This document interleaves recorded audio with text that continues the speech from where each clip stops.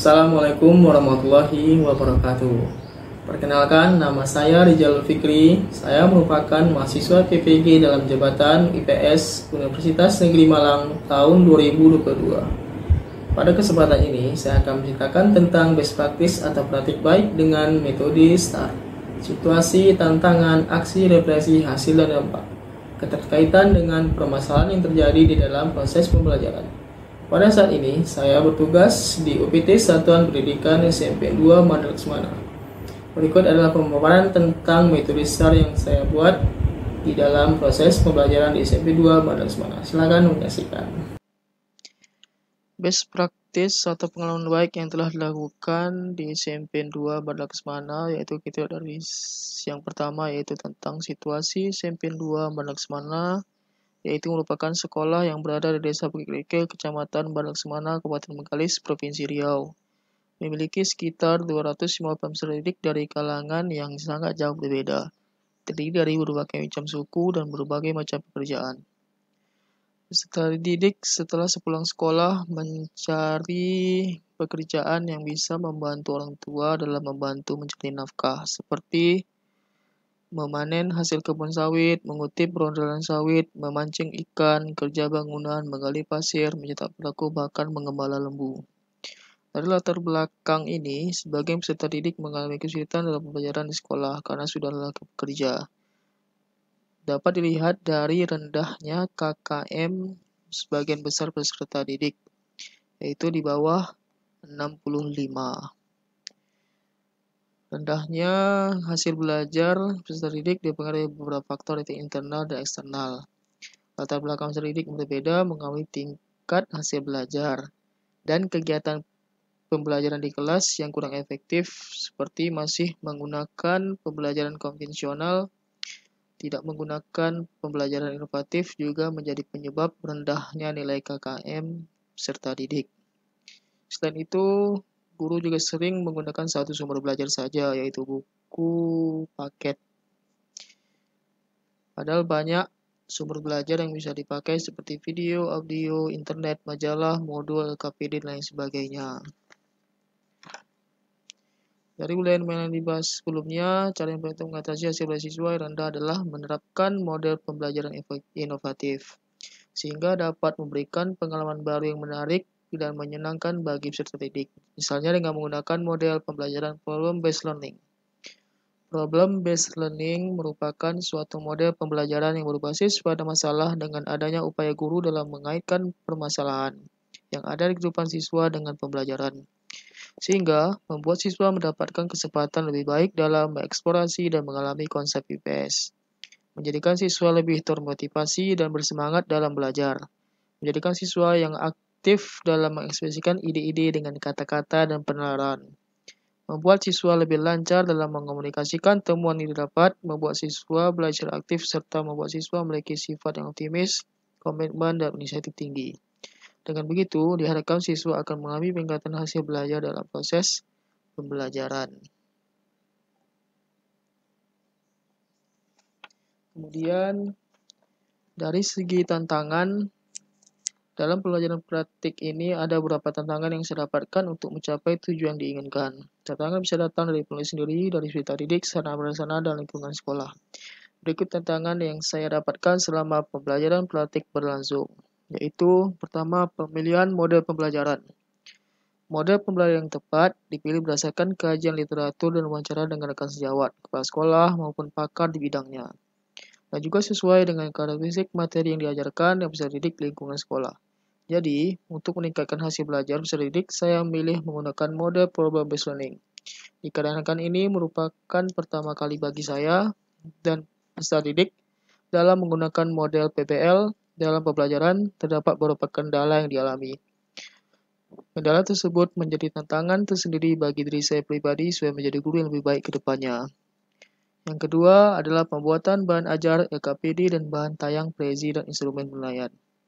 Pembuatan bahan ajar dan LKPD menggunakan aplikasi Canva, diberi warna dan gambar yang menarik perhatian peserta didik sehingga pembelajaran dilakukan tidak membosankan.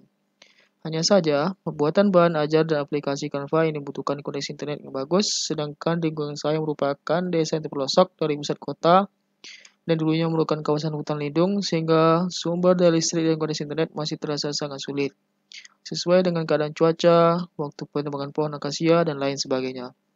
Tapi tantangan tersebut tidak membuat semangat saya semakin surut. Saya tetap mengupayakan yang terbaik untuk membuat pembelajaran LKPD agar lebih menarik untuk peserta didik dalam proses pembelajaran. 3. Semangat belajar atau gairah peserta didik yang rendah. Ini juga merupakan tantangan dalam praktik pembelajaran ini. Ini disebabkan peserta didik yang sudah bekerja di luar jam sekolah demi memenuhi pekerjaan untuk membantu perekonomian keluarga. Ditambah lagi pemikiran rata-rata peserta didik yang tinggal di pelosok desa adalah anggapan bahwa mereka sekolah hanya formalitas untuk mendapatkan ijazah. Maka upaya saya adalah memberikan kegiatan pembelajaran yang tergolong baru, menarik, dan menyenangkan bagi siswa, yaitu dengan menggunakan pembelajaran informatif yang dibantu dengan teknologi. Yang keempat, masih adanya peserta didik yang kurang aktif dalam diskusi. Menggunakan model pembelajaran problem positioning membuat peserta didik akan melakukan diskusi kelompok yang nantinya akan mempresentasikan kerja dalam kelompok. Masih adanya peserta didik yang kurang aktif dalam kegiatan diskusi karena hanya peserta didik tergolong pintarlah yang mempunyai kontribusi besar dalam menyelesaikan proses diskusi kelompok tersebut. Mau itu dari yang menyelesaikan tugas LKPD kelompok, menyajikan hasil diskusi LKPD, dan bertanya atau menjawab pertanyaan terkait pembahasan yang terdapat dalam LKPD kelompok. Yang terakhir, canggung dan kakunya ekspresi dan gestur peserta didik pada saat proses perekaman video praktik pengalaman kerja atau PPL. Keadaan peserta didik yang merasa kurang terbiasa dengan hal tersebut menjadi tantangan bagi saya untuk meyakinkan peserta didik supaya ikut dalam proses perekaman video. Dengan catatan, peserta didik menganggap tidak adanya kamera dalam kelas dan belajar seperti biasanya, sehingga tidak kaku dan malu dalam menyampaikan informasi pada saat proses pembelajaran berlangsung. Kemudian masuk ke yang aksi. Terbagi menjadi 5 fase. Pertama adalah fase mengorientasikan peserta didik terhadap masalah. Pada fase ini, guru menyajikan sebuah video dan peserta didik mengamati serta melakukan tanya jawab tentang video yang disajikan. Fase kedua, mengorganisasikan peserta didik untuk belajar. Pada fase ini, peserta didik dibagi oleh guru secara heterogen menjadi 5 kelompok yang terdiri dari 5 atau 6 orang peserta didik setiap kelompoknya. Fase ketiga, membimbing penyelidikan individu maupun kelompok. Pada fase ini, peserta didik diarahkan oleh guru untuk melakukan penyelidikan dan mengumpulkan informasi dari berbagai sumber belajar yang relevan dalam penyelesaian masalah yang ada di KPD. Lalu guru berkeliling mengamati setiap kelompok yang sedang berdiskusi dan membimbing peserta didik yang mengalami kesulitan dalam menyelesaikan masalah yang diberikan. Di sini, guru juga menilai keaktifan peserta didik dalam menyelesaikan masalah dan menilai sikap peserta didik dalam berkelompok. Fase 4, mengembangkan menyajikan hasil karya. Pada fase ini, setelah peserta didik secara berkelompok menyelesaikan masalah LKPD, secara bergantian peserta didik mempresentasikan hasil diskusinya. Fase 5, menganalisis dan mengevaluasi proses pemecahan masalah. Pada fase ini, peserta didik menganalisa dan mengevaluasi hasil presentasi kelompok lain. Kemudian guru memberikan penguatan yang disimak oleh peserta didik untuk meneruskan pendapat peserta didik dalam presentasi. Peserta didik diberikan kesempatan untuk hal apa saja yang belum dipahami kepada guru. Kemudian secara bersama-sama, peserta didik dan guru menyimpulkan materi pembelajaran. Lalu, peserta didik diberikan tes evaluasi oleh guru untuk mengukur kemampuan pemahaman konsep IPS. Setelah kegiatan inti dilakukan dari fase 1 sampai 5, guru lakukan refleksi dengan menanyakan apa saja yang telah dipelajari dan apa yang dirasakan setelah melaksanakan pembelajaran hari ini. Lalu guru memberitahukan materi yang akan dipelajari pada pertemuan berikutnya ditutup dengan salam. Yang terakhir, dampak dari aksi dan langkah-langkah yang saya lakukan memberi dampak positif terlihat dari penilaian tes evaluasi peserta didik dan aktivitas peserta didik dalam mengikuti rangkaian pembelajaran. Berikut dampak dari penerapan model pembelajaran based learning untuk meningkatkan hasil belajar siswa kelas 8C. Yang pertama, peserta didik aktif dan bersemangat mengikuti pembelajaran di kelas. Saat proses tanya jawab mengenai video yang disajikan di Banteng Prezi, peserta didik memberikan berbagai macam jawaban. Peserta didik juga bersemangat dalam menyelesaikan masalah yang dari KPD dan aktif bertanya kepada guru jika mengalami kesulitan.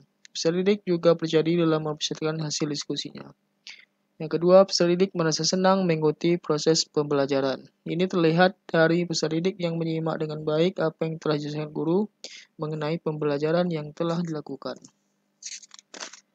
Yang ketiga, hasil belajar peserta didik yang baik. Dari hasil tes evaluasi, sebagian besar peserta didik mampu menganalisis pelaku ekonomi dalam perekonomian hingga dapat dari diagram, yaitu sekitar 90% sudah mencapai hasil belajar di atas KKM. Yang keempat, antusias peserta didik untuk melanjutkan kegiatan pembelajaran pada pertemuan berikutnya. Melalui penerapan model-model PBL, antusias peserta didik untuk melanjutkan kegiatan pembelajaran pada pertemuan berikutnya sangat tampak. Hal ini dapat dilihat dari refleksi yang diutarakan oleh peserta didik dan saya rasakan ketika saya bertemu 2 jam pelajaran mereka menanyakan lagi kapan untuk belajar IPS lagi. Yang terakhir, refleksi hasil pembelajaran yang perlu didapatkan dari seluruh proses dan kegiatan dilaksanakan adalah model pembelajaran tepat disertai dengan media dan bantu LKPD akan membantu guru dan peserta didik mencapai tujuan pembelajaran. Selain itu, guru mengembangkan kemampuan dan pengetahuan dalam model pembelajaran inovatif sehingga mampu menyajikan pembelajaran yang variatif dan sesuai dengan karakteristik materi dan peserta didik. Dengan demikian, peserta didik mendapatkan pengalaman baru yang menarik dan menyenangkan dalam belajar IPS. Upaya guru dalam berinovasi dan belajar hal baru dapat menambah pengetahuan dalam menerapkan model problem-based learning di kelas. Dan ini merupakan faktor keberhasilan praktik pembelajaran dilakukan sehingga tujuan pembelajaran juga tercapai untuk meningkatkan hasil belajar siswa.